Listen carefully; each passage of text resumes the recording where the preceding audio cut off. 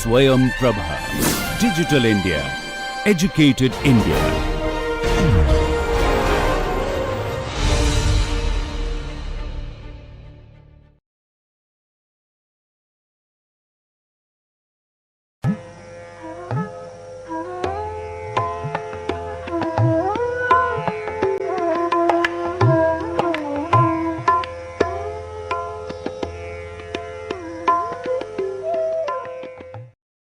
In the last class, we looked at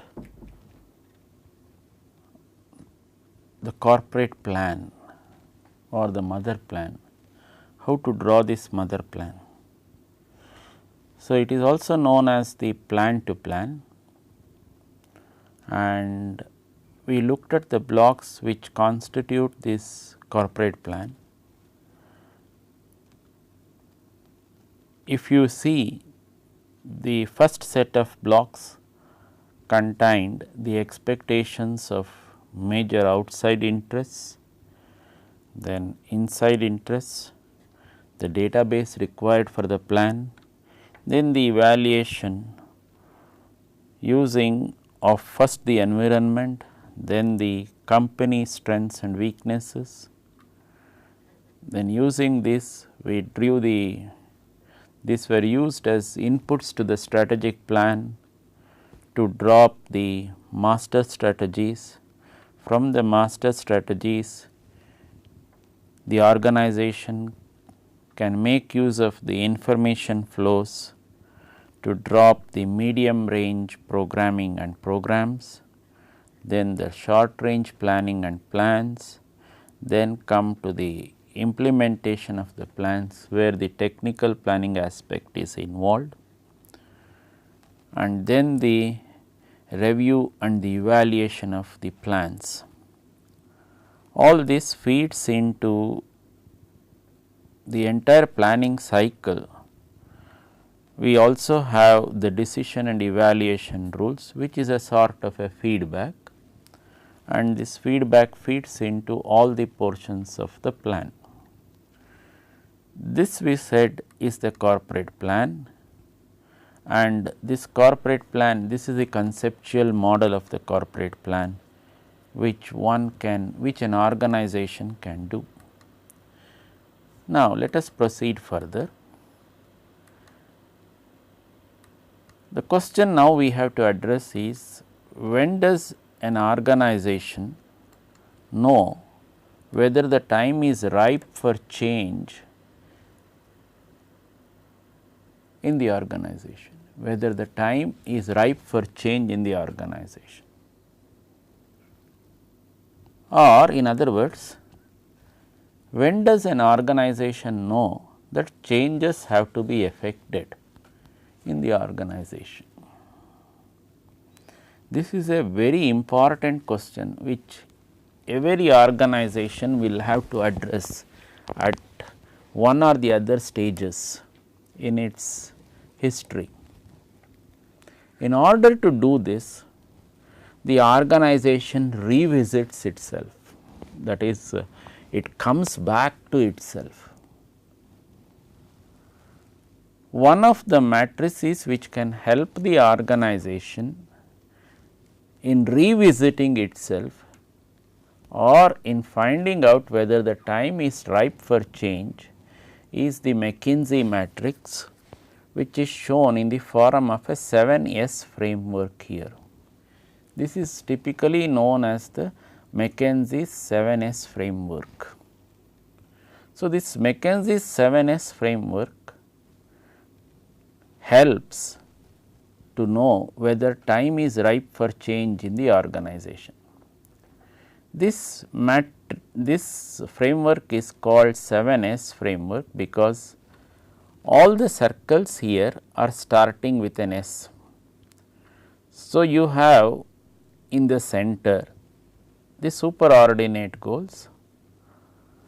These superordinate goals are bounded, as you can see, in the top by strategy, structure, systems, in the bottom skills, staff and style. So, the superordinate goals is the S in the middle, the other 6 S's are around this superordinate goals. Now, what do each one of these S's stand for? Let us consider that in more detail. Let us look at what is a superordinate goal. A superordinate goal in an organization refers to the set of values and aspirations that goes beyond the conventional formal statement of corporate objectives or fundamental ideas around which a business is built, its main values.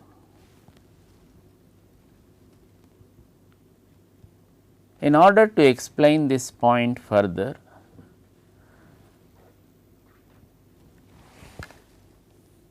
we take the example of 3 organizations. I have given here the example of in fact 3 organizations from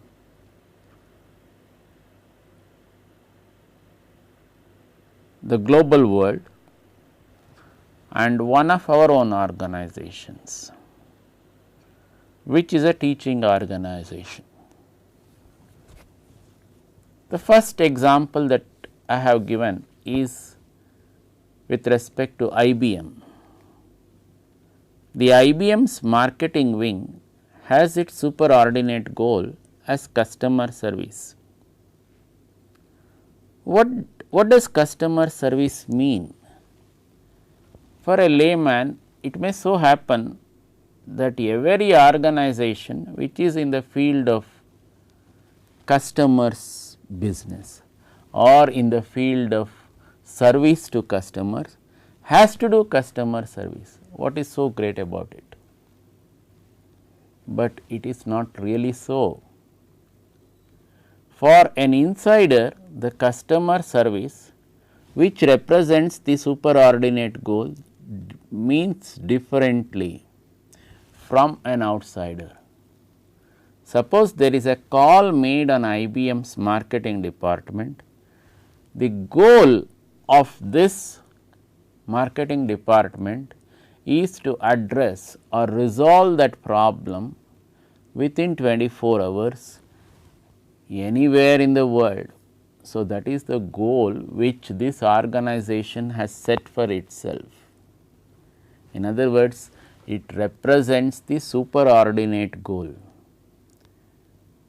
What does it mean? The superordinate goal means a lot to the insiders in the organization, but may not mean too much to the outsiders. It may mean a very simple statement, but not really so. Similarly, go to the next examples which are listed there. The second example which is taken is from General Electric. Progress is our most important motto. General Electric places a lot of emphasis on research, basic research. This basic research helps GE to come out with new products. So, when they say progress, they are basically looking at the innovations they are able to come out through their R&D, which means a lot to the organization insiders, may not mean much to the outsider. The next example that I have taken is Hewlett Packard. The superordinate goal mentioned of HP is innovative people at all levels in organization. What does it mean? It means that the organization is placing a significant emphasis on innovation at all levels. So, they want the people to innovate at all levels, irrespective of whether you are junior or middle or senior. So, in other words, they want you to be creative and also innovative.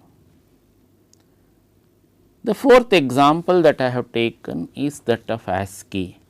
It is our own organization, that is the Administrative Staff College of India at Hyderabad. The superordinate goal of IISc is we train our managers. What does this mean? IISc was set up by the government of India to train managers from the government, the bureaucrats from the government, and many other classes of servants from the government echelons. So, when basically it is an organization which was set up for training of executives at different levels, what does this statement of we train our managers mean? An outsider is not likely to perceive or see too much into this statement. But when you really see an organization like IISc, if you look at it, it takes a lot of effort in designing its training programs. The enormous amount of effort that goes into the training program design is what really constitutes the main thrust of IISc.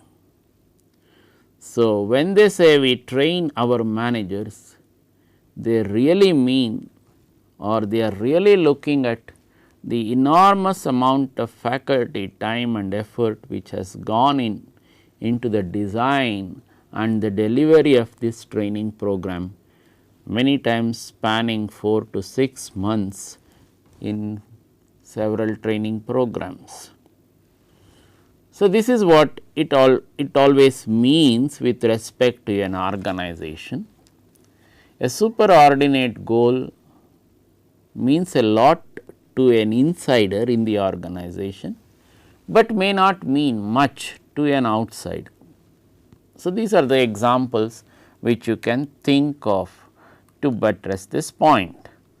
That is what I have mentioned in the next line, that is may not mean much to outsiders, but have tremendous significance for those inside. Now, take the next S. The next S is what is called structure. What does structure do? Structure prescribes formal relationships among various positions and activities. Now, the question is, why should you prescribe a formal relationship among various positions and activities? What are the reasons for doing so? The first reason is reduce external uncertainty through forecasting. That means to say, you are through forecasting, research and planning in the organization. By suppose we say this person is to do this job, we are specifying his role in the organization.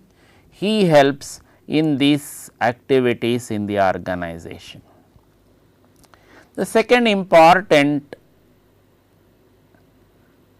aspect which a structure helps in is reduces internal uncertainty arising out of variable, unpredictable, random human behavior within the organization through control mechanism.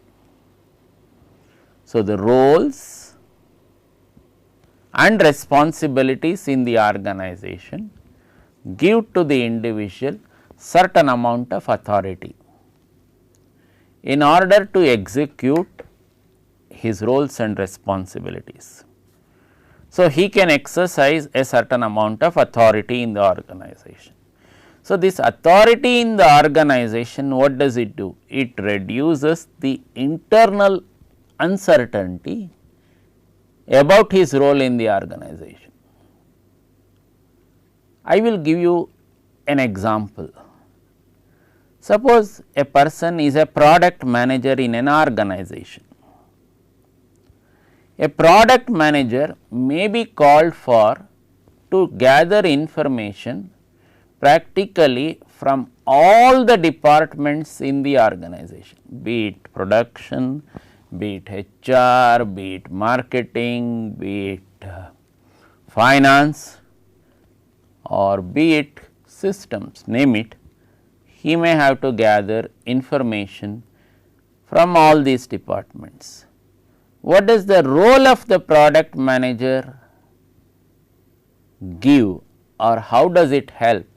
The role of the product manager gives authority to him to ask for information he wants from all the other departments in the organization, and all the other departments in the organization are obliged to provide or to furnish this information to him whenever he asks for. This is how there will be less ambiguity with respect to his role. Then the other point which the structure addresses is undertakes wide variety of activities through devices such as departmentalization, specialization, division of labor and delegation of authority. Well, we explained this through this product manager. We can explain it through different levels in the organization.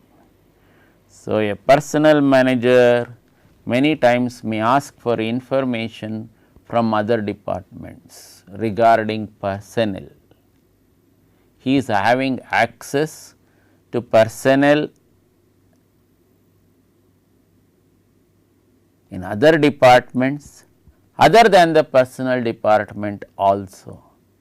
That is, he may be the personnel manager, he can ask the production manager salient information about the personnel working in the production department. He is entitled to, and when he is entitled to that, this authority is delegated by the company to him to seek such information. Now, what does structure help further? The structure enables coordination of organization's activities and to have focus. In other words, this structure is something which makes the organization to have a focused existence. That is, why does it exist in the first place? We try to look at the existence of the organization through its purpose or objectives. In order to achieve that purpose or objectives, this S is going to help, or this S is going to be vital in achieving this. Okay.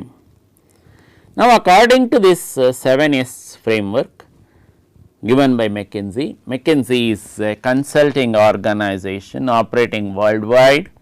Now, they are operating in India also. The relationship between strategy and structure rarely provides unique structural solutions, execution problems. So, this is many times a question which many people keep on asking in an organization. What is the question that is asked? They ask, sir, should strategy come first in an organization, or should structure come first in an organization?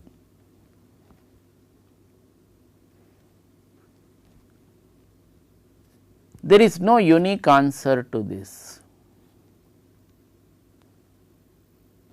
Unique answer in the sense there is no answer which is applicable to all situations. You have to address the question as per the situation, as per the demands of the situation, as per the demands of the organization. What does that mean? Kindly note that a structure should not be very rigid in an organization. A structure should be such that it facilitates in achieving the objectives of the organization. Suppose the structure becomes too rigid, suppose the compartmentalization becomes too rigid, then achieving the objectives becomes to that extent harder. Then the question of strategy execution, who should execute which part of the strategy, over that only there will be too much of deliberation instead of the execution of the strategy itself. So, this particular line has to be viewed in that sense, that is, relationship between strategy and structure rarely provides unique structural solutions, execution problems. The question that you may ask on this is, sir, how do we overcome this, or how does an organization overcome this?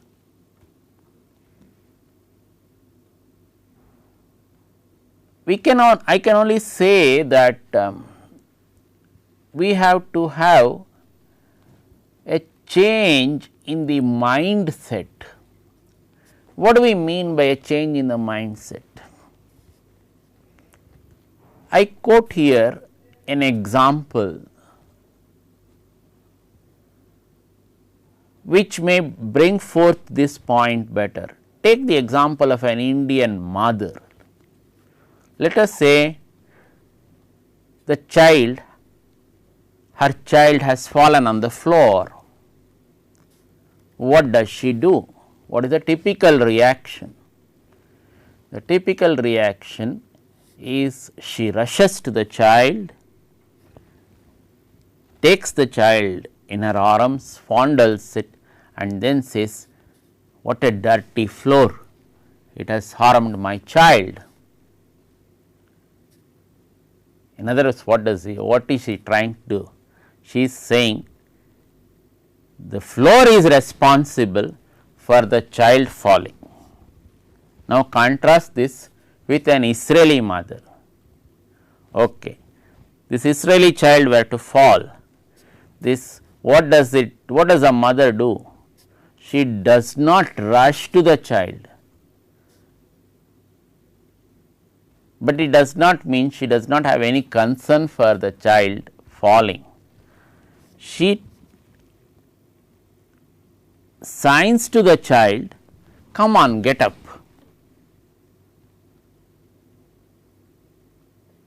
Try to get up from the floor. So, what is that the Israeli mother is trying to do? The Israeli mother is trying to do to the child is build this self confidence right from a very young age. So, in other words, this protective shield of the mother, which the child thinks that it always has in the Indian conditions. So, for anything wrong which the child might do, the child thinks that the mother will always protect her. The Israeli mother is trying to give a message, no, come up on your own, do things on your own. Now, this means a lot. What does it mean? It means even in an organization also, an organization has to learn how to make its structure flexible and how to come out of that rigidity or this compartmentalization which has characterized the public sector organizations or the government setup in India. So, it has to make It has to make constant efforts to come out of this rigidity and say this structure is created by us, and this structure which is created by us is possible or is capable of being slightly altered to suit or implement the strategy. So, to that extent you are perhaps reducing the execution problems. So, the execution problems may come down to that extent. So, this is the second yes which we discussed. The third yes in the organization refers to rules, regulations and procedures, formal and informal, that complement the organization structure. This is also referred to as the infrastructure in the organization. Rules, regulations and procedures, formal and informal, that complement the organization. So, this is what I was trying to say. Suppose you have very strict rules in an organization. These strict rules do not provide for you any leeway at all. So, anything they say you do this in this manner, the organization requires you to do in this manner, then you do not have a leeway in the systems of the organization for execution. Suppose you are looking at, let us say, the rules of the organization are framed to help the individual. How do we help the individual? So, some things of this nature can be done in an informal way, and this informal way can complement the formal one, and all this come under this infrastructure in the organization and broadly put under the umbrella systems in the organization. The next yes in the organization is what we call the style. What is this style? Style is the lever to bring about organizational change. Pattern of action taken by top management over a period of time. This is extraordinarily important for an organization. Take the example of Tata Steel. For a long time, the person at the helm of affairs in Tata Steel was Rishi Modi. He had a leadership style of his own. This leadership style of his own left an imprint on Tata Steel, that is the Modi style of functioning.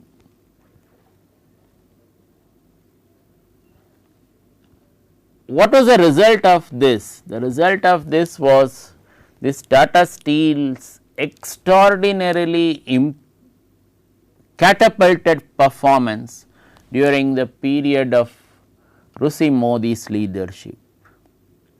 He brought about so many changes in Tata Steel during his stewardship, and the results were there for all to see. And when a giant organization like the Steel Authority of India was finding the going very tough or very rough weather, Tata Steel was able to wade itself through this rough weather to show consistent profits during his stewardship. So, this is what style means to an organization. Now, the recent example, take Infosys. Now, the mentor of Infosys is Mr. Narayan Murthy, guided by values, and these values which have percolated from the top, that is from the founders down to the entire bottom levels of the organization as well. It has carried emphasis very strongly, and that is also there reflected in their punch line, which it says driven by, powered by intelligence, driven by values. So, it is not just intelligence, but it is also values which is driving the organization through. Now, we come to the next S, that is staffing. This staffing refers to selection, placement, training and development of appropriately qualified employees. The example that I have taken is that of Hindustan Lever. This organization Hindustan Lever places an enormous amount of effort in recruitment. So, the process of recruitment itself, if you really see, when they come for recruitment to different campuses in the country at different levels, they make it a point to explain to the candidate concerned how does his career look like if he were to enter Hindustan Lever and remain with them, where does he end up? In other words, they trace the chart of the employee in the organization over several years, subject to what is that? Provided your performance is not found wanting, or is if your performance is satisfactory, you should be able to make up to these levels in the organization without much difficulty over this many years. What does this type of attitude from the organization give to the staff or the prospective staff? It induces in him a tremendous amount of confidence or motivation, motivates him to perform well in the organization, come out with results and bring the organization to the forefront, and that is what Hindustan Lever has really done. So, if you really see Hindustan Lever, it has a wonderful marketing system, and that wonderful marketing system has kept on delivering for the organization again and again, even when it was faced in the most adverse of circumstances. It has come out with colors. Okay. So, it has been able to really make a mark. Come to the next S in the organization, skills. One of the most crucial attributes or capabilities of an organization. It is also referred to as the distinctive competence in the organization. I again take the example of Hindustan Lever. I mentioned to you the extraordinary skills of Hindustan Lever in marketing. That marketing skills in fact is the distinctive competence of Hindustan Lever. Contrasted to this, if you take the example of Telco, again a Tata company, that is the Tata Engineering Locomotive Company. What is the distinctive competence of Telco? It is the engineering skills. It is the engineering skills which has catapulted this organization. Now, a few more points about this 7S framework. This 7S framework The real task of implementing strategy is one of bringing all the 7 S's into harmony. That is, what does this 7 S really do? In the first place, the job of implementing the strategy is to first ensure that all these 7 S's are working in a harmonious network. So, there is no disjoint. Okay. Let us say you have a harmonious 7 S framework, or you have a harmonious 7 S in the organization. Then what does it do for the organization? It helps by providing a checklist for judging whether organization is ripe for implementing strategy. What do you mean by whether organization is ripe for implementing strategy? Whether the time in the organization, that is the timing, is ripe in the organization for implementing strategy. It can be a powerful expository tool, that is, you can really make use of this 7 S to come out with several ideas which would not have been otherwise possible. So, in other words, this can expose you to a series of exploratory ideas which you can try to find out whether this, through which you can try to find out whether time is ripe for change in the organization. Now, I try to go to my book which I listed for you. This book which I listed for you, if you really go to this book on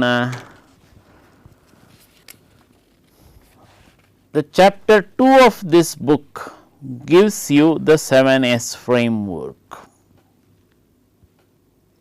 It gives you in detail what are all the points which I just mentioned, and it also brings out to you so many things which I have not listed also. That is, many times it brings out to you what do you understand by culture in an organization. I have given the definitions of culture.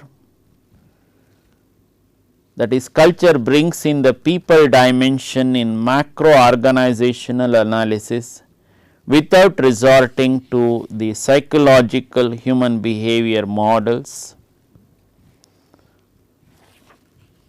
And I have also given in this chapter a review of this 7 S framework. What does this review say? The review says like this: successful implementation requires proper alignment of different activities and processes within the organization, such as structure, resource allocation, staffing, skills, style, rewards and incentives, policies and procedures, shared values and abilities. Among the 7 S's, strategy and structure are referred to as hardware. The other 5 S's are referred to as software. Kindly note this particular point. Among the 7 S's, strategy and structure are referred to as hardware. Strategy and structure in this framework, 7 S framework, they are referred to as hardware. The other 5 S's,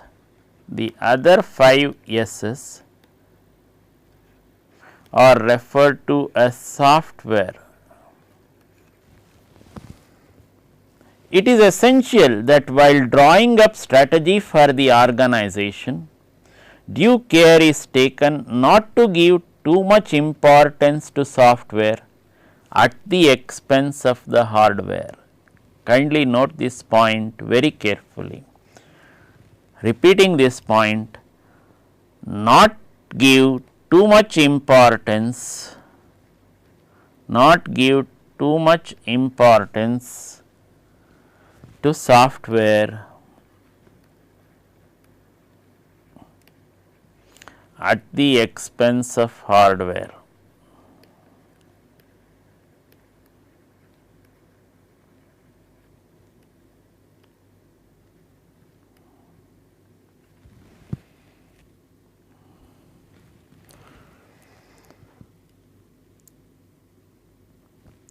It is important to have better alignments among all the 7 S's so that the results can be better. Shared values in an organization help in members identifying themselves with the organization and also to think where it is headed. This forms the core of the 7S framework.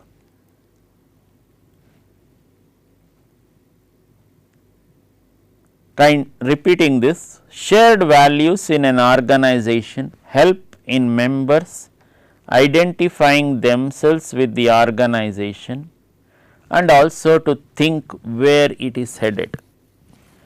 Take for example, a department in an educational institution. Suppose some new activity in an educational department is to be introduced, let us say. Now, this new activity can be a new program, let us say in a setup like that of the IISc. A department might like to introduce a new master's program. Suppose it wants to do or introduce a new master's program, then what is incumbent? It is incumbent that all the faculty in that particular department feel the need for starting of this particular program. In other words, they should share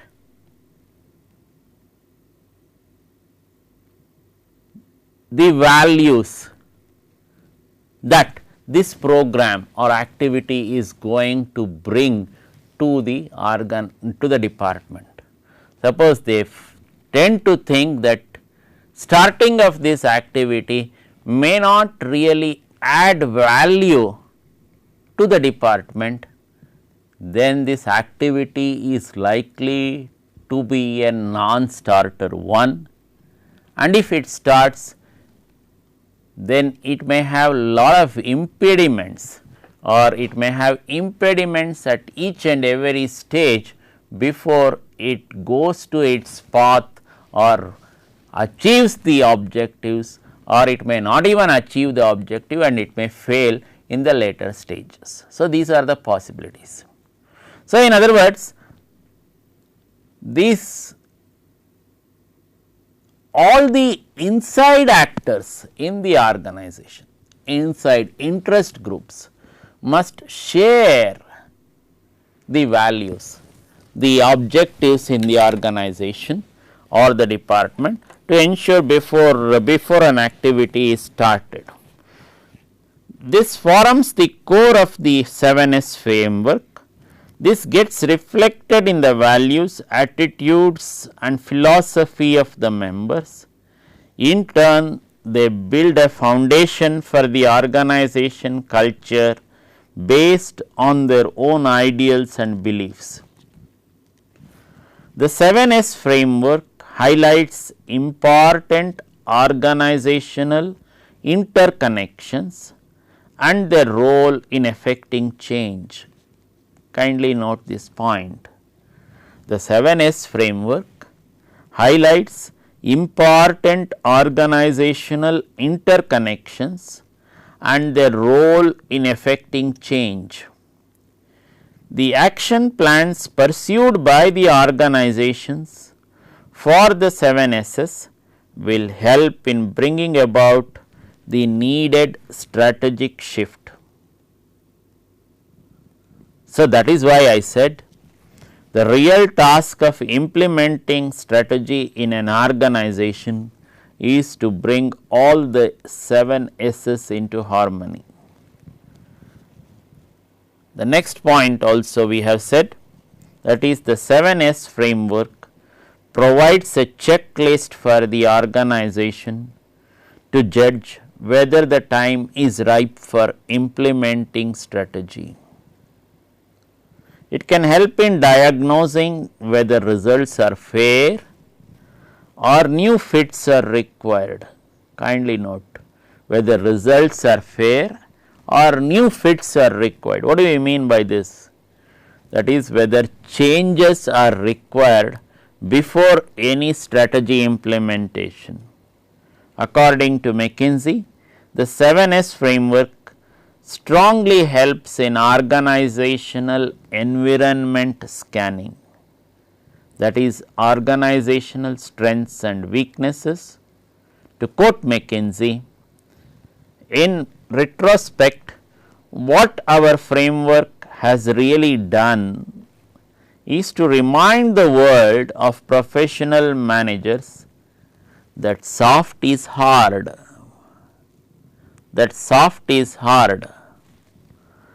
It has enabled us to say in effect that all that stuff you have been dismissing for so long as the intractable, irrational, intuitive, informal organization can be managed.